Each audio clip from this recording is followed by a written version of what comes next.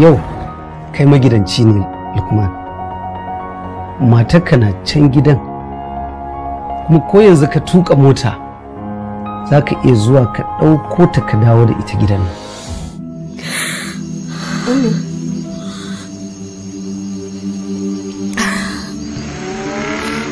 Kina dariya amma ga hawaye a idanki.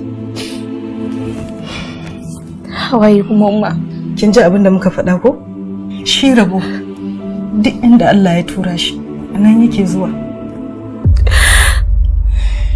Sumayya, wacewa suke yi kwakwalwa ta ce take son ki ba zuciyata ba. Sumayya ce min suke yi mahaukaci da riban da hankali.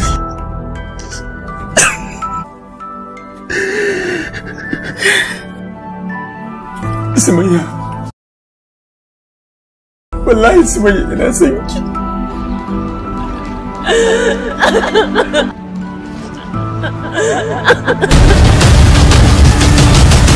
Wurin mace don asalinta.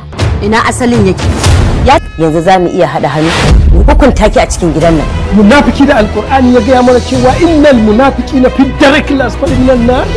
Ya kike shuka mana a tsakiyar munafiki da aka sauke sura su kutum saboda shi. Munafiki da ake ambatansa tare da mushrikai. A ayoyin da yawa ana tura su ta. Aliyu, mahaifiyar ta kake wa tsawa? And so fucking what? Eh? Wallahi gidan nan yau ba zan bar kowa ba. Ko munafiki ne har take umma.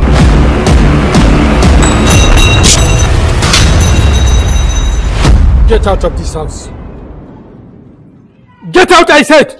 I will not. I will not.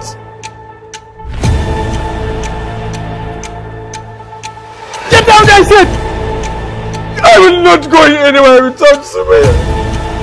Daddy, please tell me, are you my real father?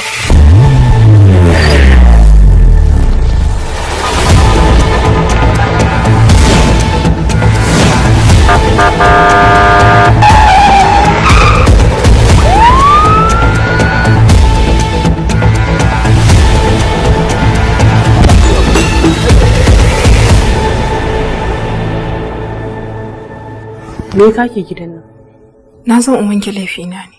Ba na ƙaunar na ƙara ganin ki a gidan nan. Gaskiya ne, yau ba ni kaɗai na zo ba. Ke da wa? Ni da raba gardama.